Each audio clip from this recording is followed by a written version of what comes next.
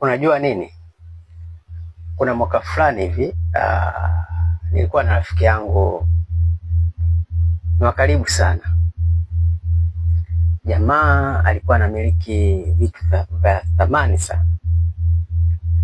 Sijajua vitu alikuwa anavitoa wapi, kama alikuwa ananunua vya wizi au ni vipi, sina uhakika huo.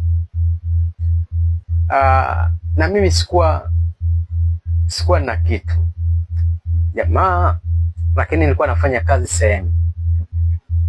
Sasa jamaa alipatwa na shida kidogo, akaja kwangu akaniambia, "Oya best," nikamwambia yes, unasemaje? Akasema, "Bwana, nina kimeo changu hapa, nataka nikiweke bondi, uniazime $200,000. Kipindi hicho $200,000 hela ndefu." Nikamwambia sawa. Nikachukua ile simu yake, nikaweka bondi ya $200,000. Nikampa $200,000 ile, nikaichukua ile simu. Sasa kuna mshikaji mmoja anaitwa Mares Mchaga, akaja akasema anauza kiwanja $300,000. Jamaa nimempa $200,000. Simu yake ina thamani ya $500,000.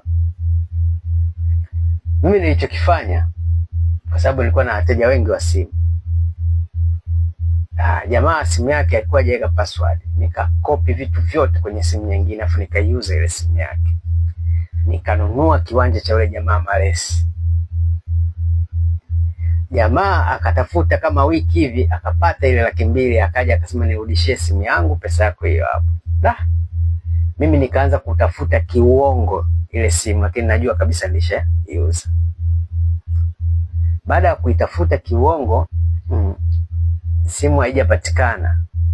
Jamaa alihuzunika sana, afu akasema basi wewe ni rafiki yangu, tujue jinsi ya kufanya. Nikamwambia asante kwa kunipa imani hiyo. Sasa siku nikapanga, maana nilikinunua kile kiwanja kwa jina langu mimi. Siku mimi nikapanga, nikamwambia mshikaji njoo. Nikamleta na barozi pale, tukaenda paka kwa kile kiwanja. Nikamwambia bwana, mimi simu yako nilipoteza, pole sana, lakini leo nataka nikusaidie hiki kitu. Nikamwambia nakupa hiki kiwanja. Kwa nini bwana? Kwa nini unipe kitu cha thamani wakati umepoteza kitu cha kawaida? Tukamwambia hapana, mimi wewe ni rafiki yangu, kwa hiyo nimeamua nikupe hiki kiwanja. Tukaandikishiana pale. Jamaa nikampatia kiwanja na dokumenti zake. Jamaa alishukuru sana. Baadaye mimi nikaondoka lile eneo, lilikuwa Chanika. Mimi nikaondoka ile eneo, kaudi Kinondoni. Nikakaa kama mwaka hivi na nusu, nikarudi tena Chanika. Nikakuta ile sehemu jamaa amejenga pale. Nikamwita, nikamuelezea sasa hii full story. Nikamwambia bwana, hicho kiwanja simu yako ndio imenunua iko kiwanja. Kivipi? Nikamwambia bwana, jamaa alikuja akataka kiwanja, anakuwa anauza kiwanja kwa $300,000. Mimi nikaona hapana, huu ni msaada mkubwa. Kwa hiyo mimi simu yako niliuza, nikanunua hiki kiwanja, nikasema nitakupa kwa wakati mwafaka. Kwa hiyo iko kiwanja ni hela yako wewe mwenyewe simu. Lakini jamaa kashajenga pale.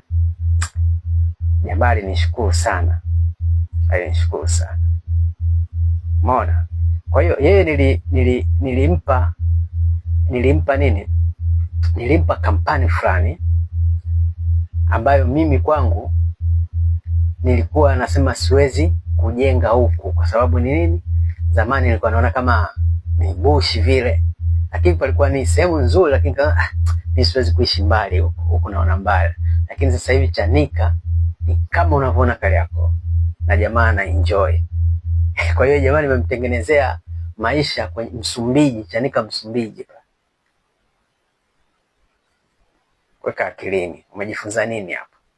Lakini wewe usifanye, kwa sababu utadaiwa, utapelekwa hata polisi.